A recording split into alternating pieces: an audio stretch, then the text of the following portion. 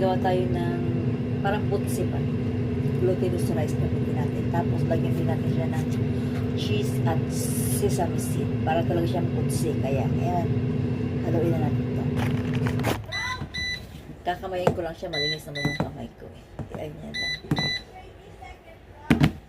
Para ka lang nagmamasa ng harina.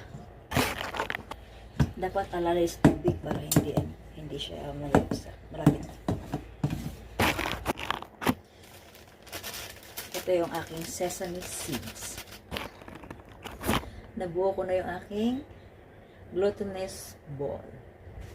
Pero hirap na siya. Ito na guys, nabilog ko na siya pero hindi pa tatapos kasi lalagyan pa natin to siya ng cheese sa loob. Itong cheese ilalagay ko. Wala akong na cheese. Ito lang. Ganito kulit siya para malagyan ko yung cheese. Tapos, bilugin ulit natin. Diba? Bilugin. Ayan.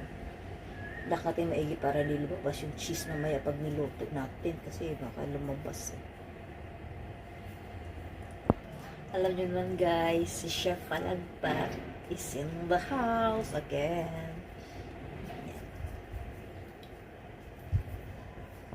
Ayan guys, nagawa ko na. Ngayon, i-roll ko na lang siya sa, kita niya ba? Sa linga. Dapat idiin para kumapit talaga yung ating linga. Linga, sesame seed yun, di ba?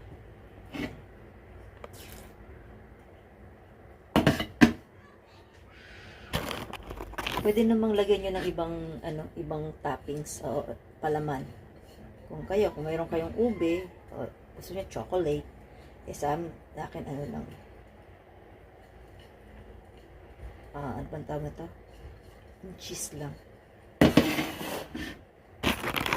Mag-iinit tayo ng mantika. Pero dapat yung mantika natin guys, hindi masyadong mainit para hindi masira yung natin. Ito na yung nagawa ko. Ready to cook. Gumulang. Ready to cook siya.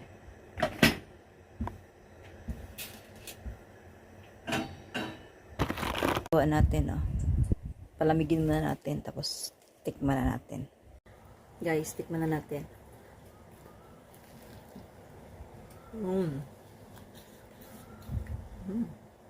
Dapat pala guys, nalagyan ko ng asukal. Matabang. Parang asukal. Pero masarap. Ulok pa. Harap. Try nyo na.